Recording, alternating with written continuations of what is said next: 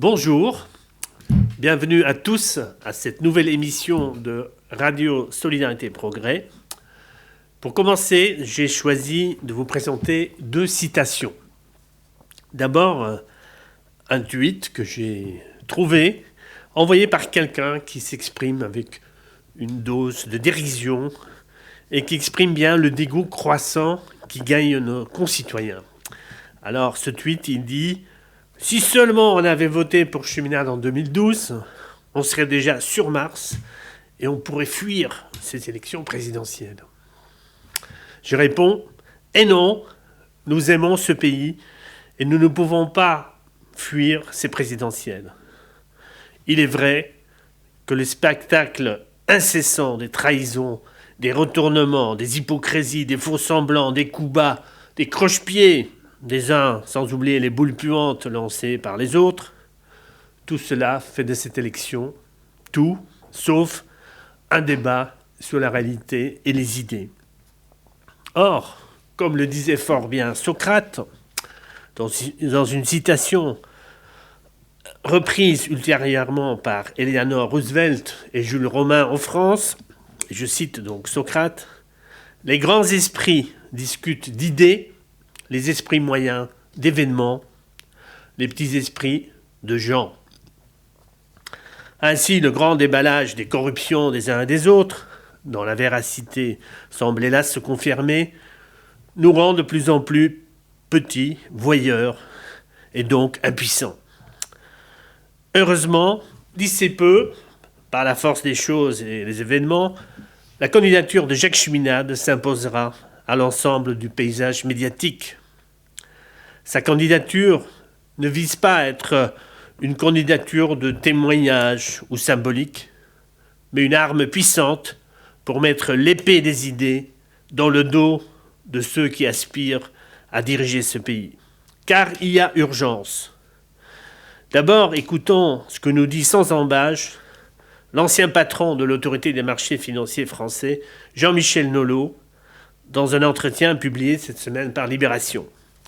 Et vous y reconnaissez tout ce que Cheminade a pu dire depuis 1995 sur la menace d'un krach financier. Jean-Michel Nolot dit « Mon expérience de banquier et de régulateur des marchés financiers me fait dire que le pire est malheureusement devant nous. Nous avons eu un aperçu de ce que pouvait être un effondrement avec la crise de 2008. La finance en faillite a alors fait sombrer l'économie mondiale, exploser les inégalités, bondir la dette publique et disparaître la confiance. Les dirigeants occidentaux nous ont vendu, voici 30 ans, le rêve du tout libéral qui dope la croissance. Ce rêve n'était qu'une chimère, comme l'était un fédéralisme européen reposant sur la monnaie unique. Les risques d'un véritable effondrement sont là. Nolot, évidemment, évoque ici la double crise systémique qui nous menace, celle des banques et celle de toute la zone euro, deux crises qui deviendront rapidement incontournables et dont personne ne veut réellement parler dans cette élection. Nolot poursuit. Si nos dirigeants refusent tout examen de conscience, veulent à tout prix maintenir le cap, comme ils disent, et continuer à faire des discours comme on récite un catéchisme, ils nous amèneront tout droit dans le mur. Par leur obstination, ce sont eux qui font monter les populismes. Et ils ont en outre l'audace de nous dire que si la crise est là, c'est parce qu'on les a empêchés d'en faire davantage. Et Nolot précise, le capitalisme sans un État qui protège et sans un minimum de gouvernance internationale, c'est un système qui secrète la pauvreté, la violence et la confrontation. Certains observateurs se laissent impressionner par les chiffres du chômage dans la société anglo-saxonne, mais la réalité est différente des statistiques officielles. Si le taux de chômage américain officiel est de 5%, c'est parce qu'il est régulièrement nettoyé. Le prix Nobel d'économie Paul Krugman nous dit qu'il faudrait le multiplier par 3. Selon un autre prix Nobel, Joseph Stiglitz, les salaires réels des classes moyennes américaines n'ont pas bougé depuis les années 90. Une petite minorité capte la plus grande partie des richesses. Les États-Unis comptent 3,5 millions d'enfants qui dorment dans la rue. Et 15% des Américains se nourrissent avec des bons alimentaires. Voilà la réalité de la société ultralibérale. Et c'est évidemment ce qui nous pend au nez si le vote Fillon-Macron est confirmé. Alors, lorsqu'on l'interroge sur la responsabilité de nos dirigeants, Jean-Michel Nolot répond la chose suivante. Leur responsabilité est évidente. Tenir un discours modéré, comme le font la plupart des politiques, alors que nous sommes face à une situation d'une gravité exceptionnelle, c'est prendre le risque d'un effondrement futur. Pour ces dirigeants, les crises financières sont inhérentes au système capitaliste.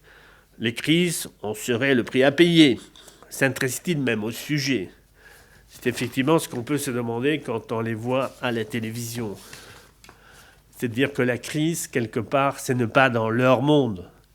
C'est dans le nôtre, mais pas dans le leur. Évidemment, tout cela doit vous motiver pour militer avec nous, car tous ces candidats qui se prétendent anti-système, alors qu'ils n'en sont que le produit le plus achevé, refusent de faire face à l'idée que ce système peut exploser, y compris avant les élections. Jean-Michel Nolot nous rappelle des chiffres effroyables sur la réalité de la spéculation financière. 1. La finance peut ou pas régulée, le fameux shadow banking dont Juppé semble ignorer l'existence même, représente 40% de la finance mondiale.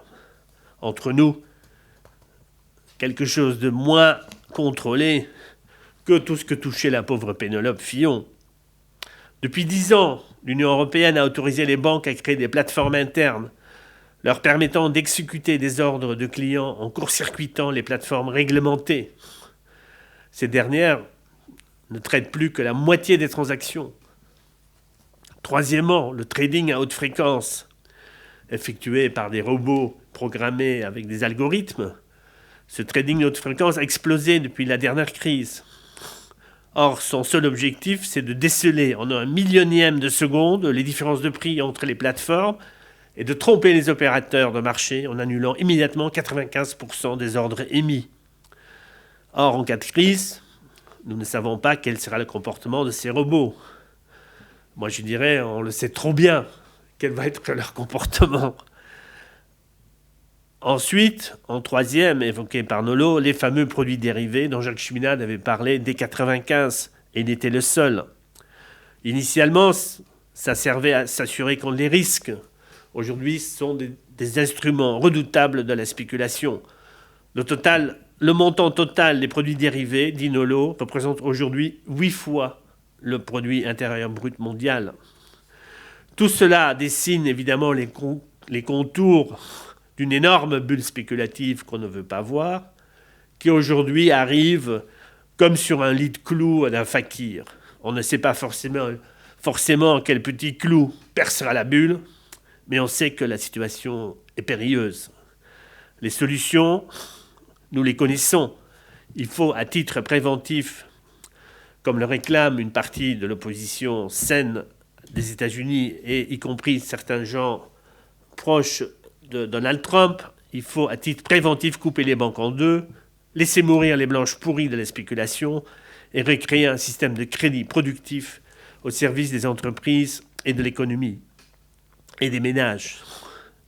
Et même Emmanuel Macron, en 2012, lorsqu'il plaidait sous le faux nom d'Éric Suleiman en faveur de la séparation bancaire, une position qu'il a rapidement reniée par la suite, Emmanuel Macron écrivait à l'époque « L'autorégulation donc, du monde financier a échoué. C'est un nouveau système qu'il nous faut donc inviter. Point. Vite !» Enfin, je tiens à vous dire que toute aide que vous pourriez aujourd'hui apporter à la campagne de Jacques Cheminade sera donc absolument décisive pour inviter, au-delà de Cheminade, la réalité au débat.